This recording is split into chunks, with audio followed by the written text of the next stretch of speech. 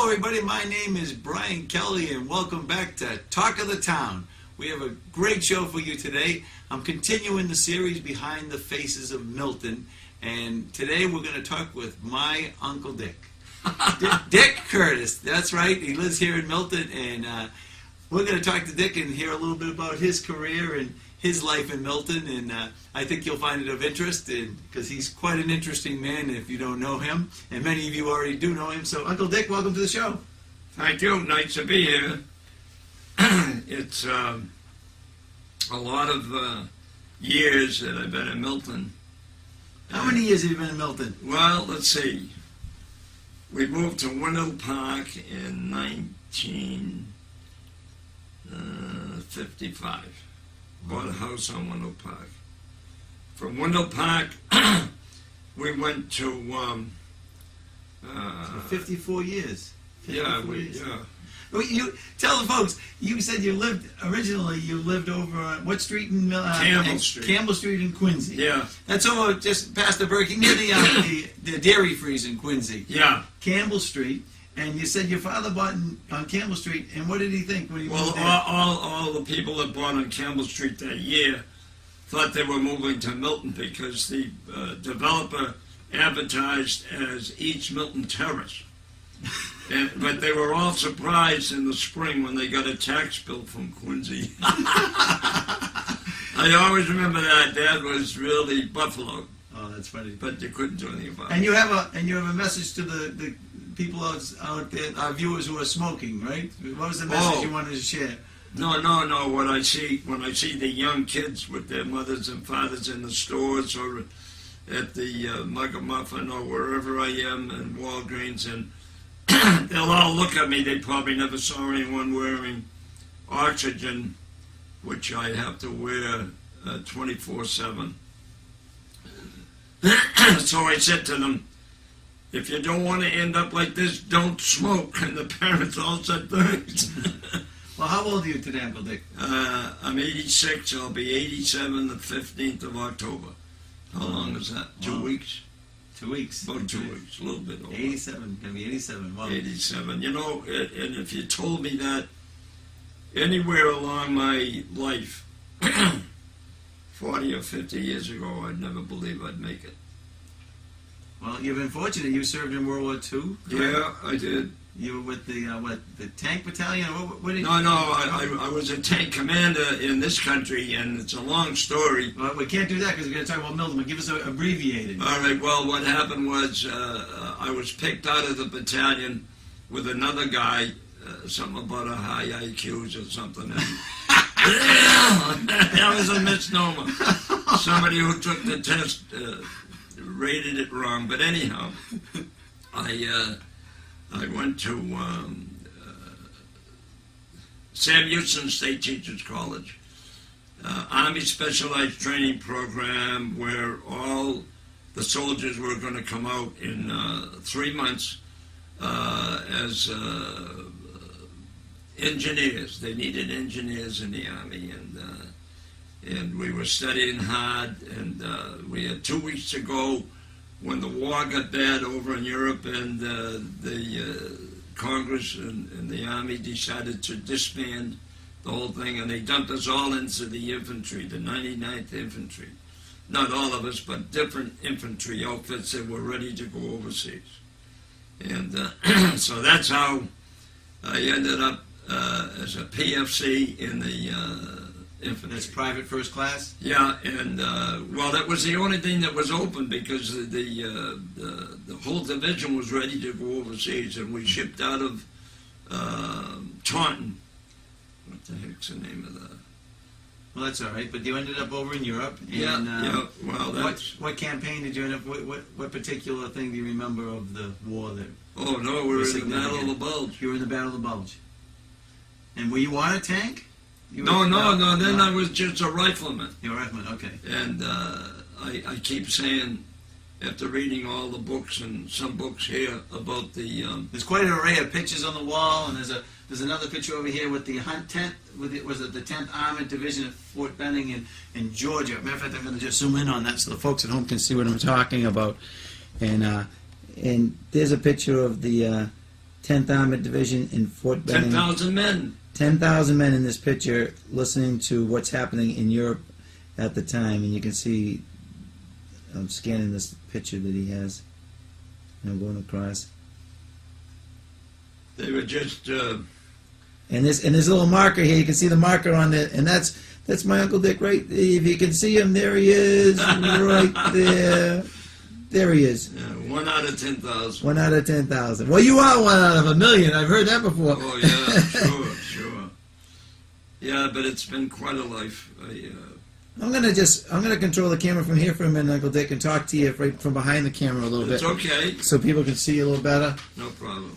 Okay, but tell us about your life here in Milton. You had. I've got to tell you about that because I told you about the East Milton Terrace, and I went to Gridley Bryan School in Quincy and South Junior High School and Quincy High, and I told all my children and grandchildren and everything that we used to walk to school 2.5, 3 miles every day. In your bare feet? No, we had shoes. But you talk about that, I remember in the summer we had sneakers, and every day we'd get up in the morning and trace our feet on a piece of cardboard and cut it out and put it in the sneaker because there were holes in the heels and the toes. But it was, and then of course I went on to Quincy High. I graduated in 1940. And after the war, I went to Verde College to study accounting, and then you got involved in a family business. Is that yes, correct? That actually had an impact in Milton. So what was the family business? We had a supermarket chain, and Curtis Farm Supermarkets, and then we developed Curtis Compact Convenience Stores, and we merged with Tedeschi's Food Stores back in the 70s. Now, so the Tedeschi's that I see over on Randolph Ave, was that originally in a Curtis Compact? That was our first one. And did you come up with the concept of a compact store like that? I mean, well, long before 7-Eleven and things like that, correct? Yeah. Well, no. 7-Eleven was in business. Excuse me. But that was the first one that we opened. And we ended up, when we merged, I think we had 32 convenience stores. Now, didn't you have a store in East Milton also on Grand Avenue? We had a supermarket down where my wife goes. Oh, where Fitness Unlimited is? Yes. So right you had there. a supermarket there? That was an A&P. That was an A&P. And they closed up, and we took it over, and in 1 week, we changed it all over and painted it and restocked it and everything. And I can't remember how many years we were there before we left. We wanted to buy Bow Motors property. That's where the fruit center is today? today? That's where the fruit center is, and that's a gold mine. And so you wanted to buy that property? Well, people say, is that a gold mine? I said, no, it's a platinum mine. That's how good it is. And, well, the McNoses do a nice job over there. They do. There's no question. Right. Unbelievable. And so that opportunity didn't arise at the time to buy the... No, the town refused us. Oh, the town refused you. And in fact, the story goes that they refused McNosa also years back when he first came. And he said, that's okay, I'm going to build snob housing. And they changed their mind in a hurry. That's the story I get. I got you. Now, I never talked to McNosa personally to verify anything. To verify it, but... And so, how did you end up getting into the supermarket business in the first place? Well, my father had a meat market right near Villa Rosa Restaurant.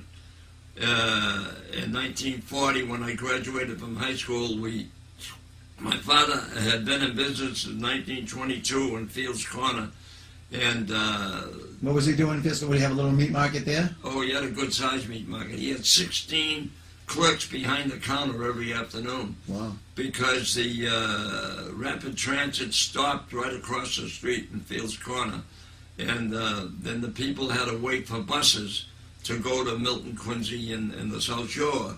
And so they'd run across the street and buy their steak and whatever for the dinner. And that's how he had so many clerks behind the counter. And in 1929, with the crash, they extended the rapid transit to Ashmont, and his business was cut in half because of that. And so he struggled and finally closed up in 1940. And we took over Mr. Welch's. Mr. Welch, I went to school with his son Tom, and Mr. Welch was just getting out of the business. He was old, and his son didn't want any part of it. So we took over that little meat market across the street from the A&P. And I said, gee, Dad, you know... What, across from the A&P? That was in Quincy? Yeah. Where was the A&P? Where the Burger King is now? Right across from Villa Rosa. So what building? Where the Bank of America is today? That well, was to the right. To the right, where the paint place is? Yeah, the Sherman Williams or something? a garage there or something. Oh, yeah, there's a garage over there, yes. And so that's where there was an A&P at one time? Oh, yeah. Okay. And so I criticized my father for opening up across the street. He said, Dick, he said, there's always enough people that want good meat, you know, and service. And that's what we gave him. Kind of like Curry Hardware has done with the Home Depot. Same That's concept. a good example right there. So your father I go there all the time, but so Dad opened up there, and I helped him open it up. I had just got out of high school.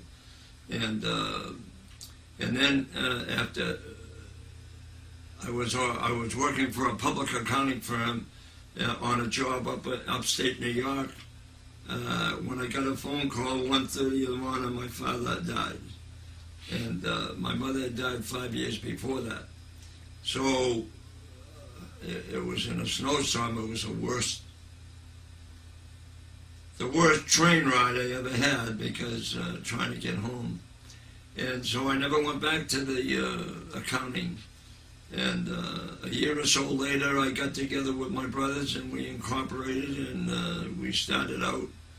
And Pompeo Motors had a garage, and we had the nerve to go down and say, you're not doing much business here. You should let us open a supermarket. And he did. And where was that? That was in South Weymouth? It's where, no. Oh, Pompeo Garage. Where's Pompeo Garage? Where was that? It was on Adams Street, right where Tedeschi's is now.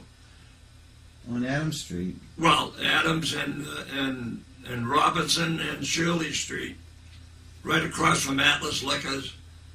Oh yes, okay. Oh, I know what you mean. Okay, I got you. Yeah. On the corner of where the new Tedeschi's is in there now. Correct. Yeah, I gotcha. So that was Pompeo Motors. Yeah, and we talked them into changing and opening a supermarket. And so then you closed the little meat market across the street and moved everything over to the new location. But one funny story is my son Rick was born the same minute that we opened that store. Mayor Della Chiesa was cutting the ribbon, and my wife was having a cesarean the same minute. And so I wasn't at the store opening, but and that was at 10 o'clock in the morning.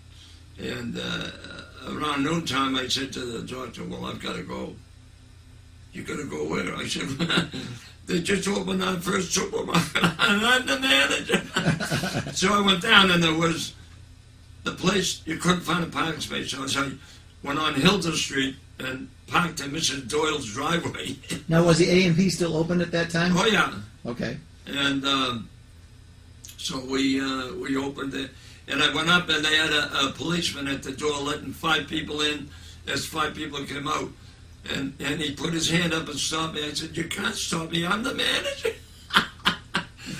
Well, anyhow, that was the beginning. And I was at every store opening since then. But how many stores did you end up with? We ended up with 10 supermarkets and 32 convenience stores and 1 liquor store. And but back to Milton, we moved to Wendell Park, which was very lovely, and we loved that thing. And then we went from there to Parkwood Drive, which is off of Hillside. Off a hillside, and built a house up there. And after that, where did we go? From there, we went to here. To here, right? Yeah. So So where is here? Oh, yeah, and at Quincy Brook Condominiums. I gotcha. And very local. It's very nice, convenient. And we've been here, 18 years. What do you like best about Milton? Well, it's a nice town to live in to begin with. I was in Rotary for over 20 years. And it's just a great town. I don't agree with all the overrides, but that's at my age, who cares? My opinion. Sure. That's why I never went into politics. I'm very opinionated. So anyhow, you've been a member over at Wallaston Golf Club for a while, have you? Oh not? my Lord, yeah, that's a big part of my life. A quick story. I'm getting discharged after 7.5 months in the hospital for my wounds. Wait a minute. They don't know where you get where did you get the wounds? Over in Germany. Well, the folks don't know that. And I don't blame that guy that pulled the trigger, because he was just doing his job like I was trying to do mine. So what happened?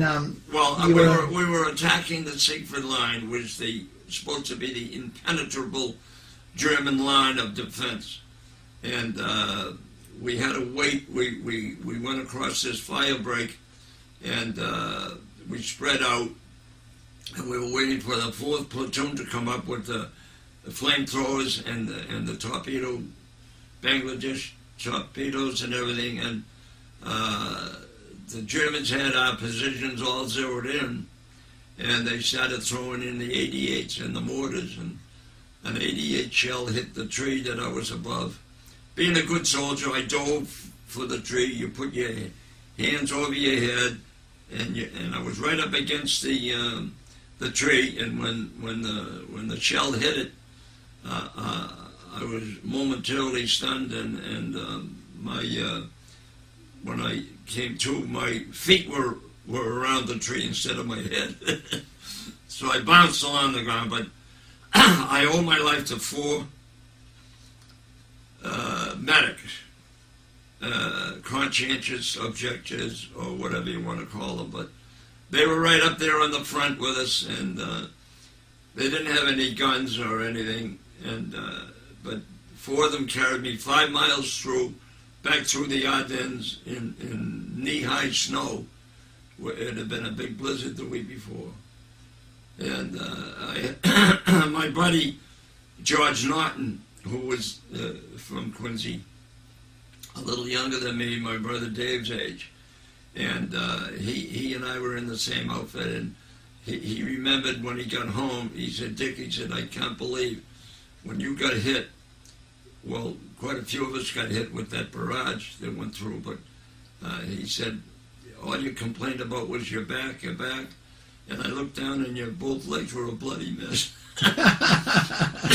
But he was one of 3 of 200 men from our original company that went through the whole war, didn't get killed, captured, or wounded. 3 men, and he was one of them. And we had 115% casualties. Now, how do you have 115% casualty? Because we had replacements that come up, and they got killed, captured, and wounded. But it was an unbelievable thing, and I keep saying that I was lucky to get wounded early in the war, because some of the people in my division were a week later were captured, and this one platoon was the most decorated platoon in the army, and I read a book about them, and they were captured, and what they had to go through was unbelievable. The Germans didn't treat them well. They underfed, and half of them died from malnutrition and everything. So I'm just been a lucky guy, and well, it's funny you say. I'm going to just come over and join you for a minute now. Nice to be here. It's nice to be here, isn't it? Now I'm on oxygen, and don't know how long that'll last. But if I go tomorrow, I've had a great life. And You mentioned something. You said you don't begrudge the person that shot you. no, he was doing his job on the other side, and you know, how can you hold up? If I want to hold any, it's against Hitler and the Leadership, right? The leadership, same as our country. Right.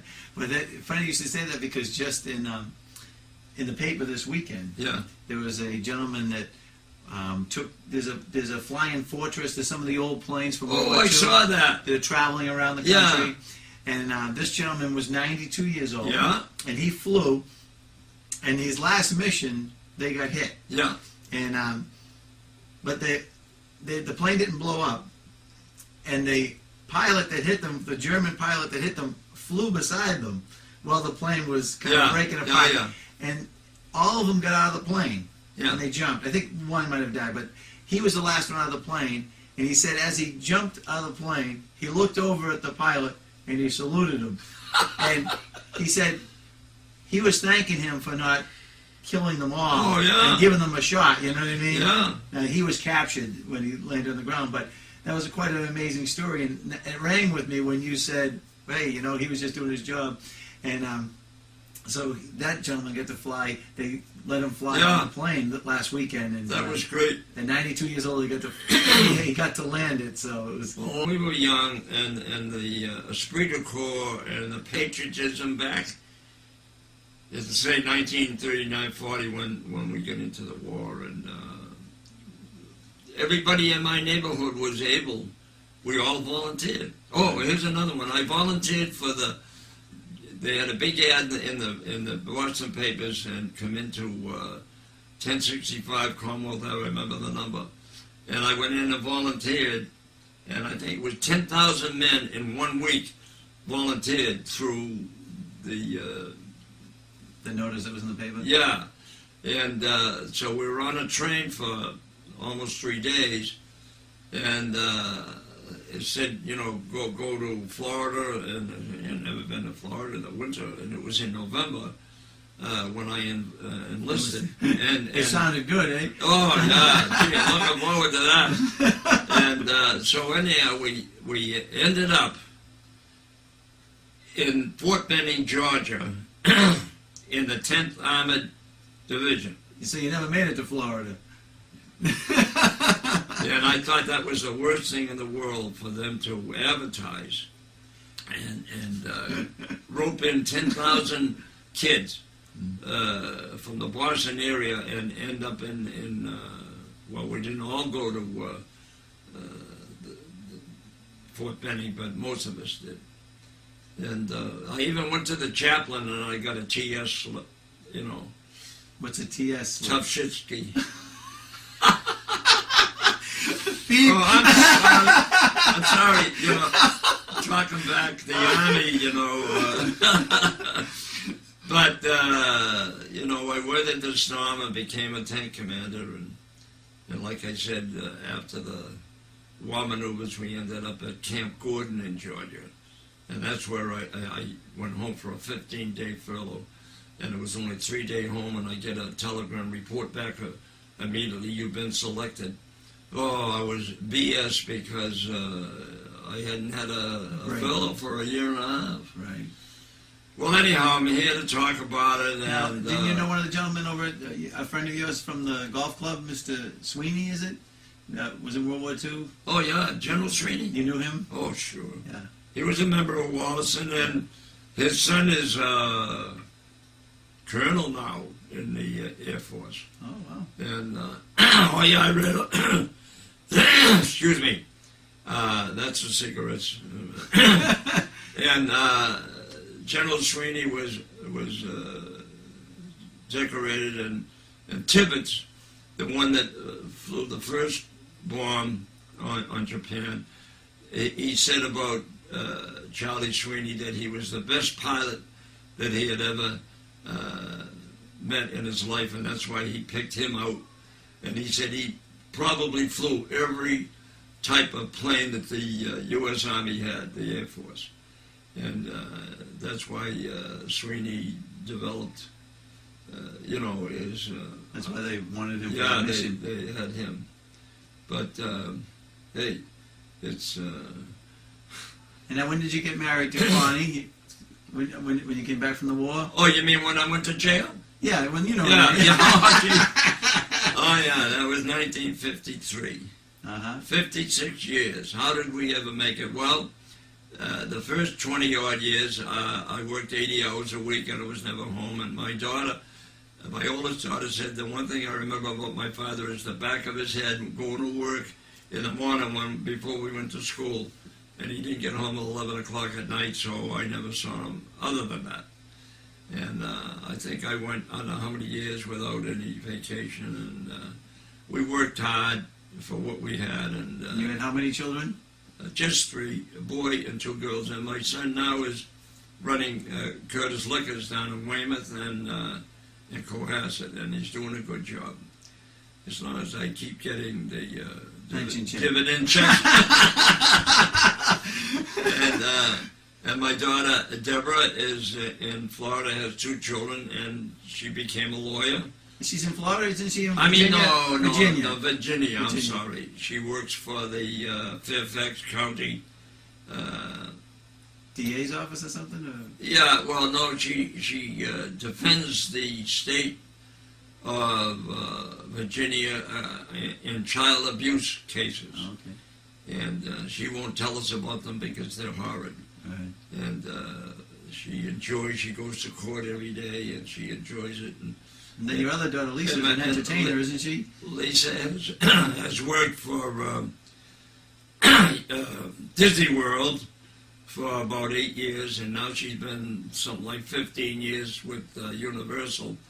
And 2 years ago, she also became a massage therapy.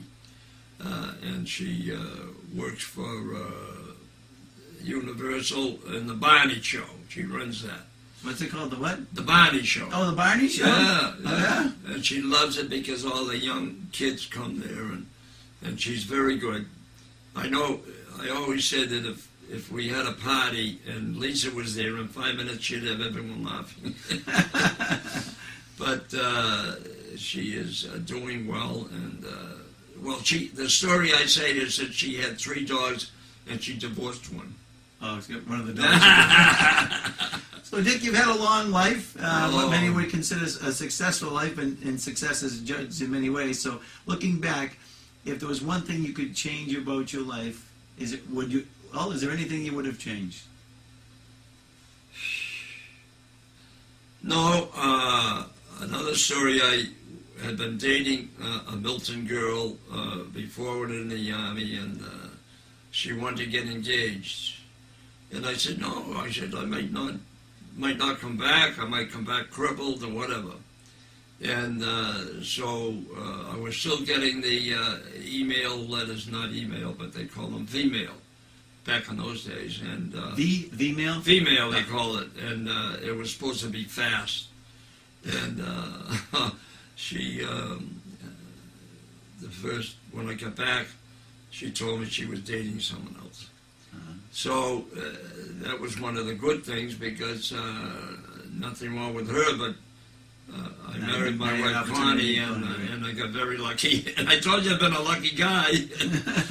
And now, with my problems, she's really taking care of me. And you appreciate that. Oh, well, anyhow, but she has been great, and my kids are great.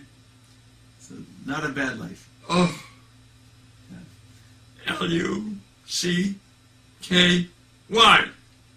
Dick Curtis. You're a lucky man. Oh. Well, Dick, I appreciate you sharing your life with the viewers at home. And Mother said you'd never get it done in a half an hour. And we did, didn't we? Huh? Well, yeah, it's not over yet. Dickie's, my mom is Dickie's sister, and she was the youngest of the group. And beautiful. So, unfortunately, she's in Hancock Park now. Well, she's in a good place. My mom's in a nursing home now, but she's doing well. Yeah, she's being well cared for. A beautiful girl. She worked hard her whole life and had a nice family. And things change. They do. You can't, you think it's forever, but it isn't. Right. So be prepared. We're only here for a flicker, as they That's say. So, all. okay. Yeah, life and One day at a time, sweet Jesus. But then you talk about the war and everything, and all my buddies. Right. They didn't get to live a long, full life like you did. So, well, Dick, again, folks. Just lucky. We've been talking with Dick Curtis, a longtime resident of Milton, has had a career spanning the war, World War II, then in business with the Curtis supermarket chain, and has had quite a fulfilling life, and we're glad that he was able to share it with us today. I want to thank all of you for taking the time to spend with us and watching Talk of the Town. And my name is Brian Kelly. I thank you for watching. We'll see you again soon. Dick, say goodbye. Say good night, Dick. Good night, Dick. Good night, Dick.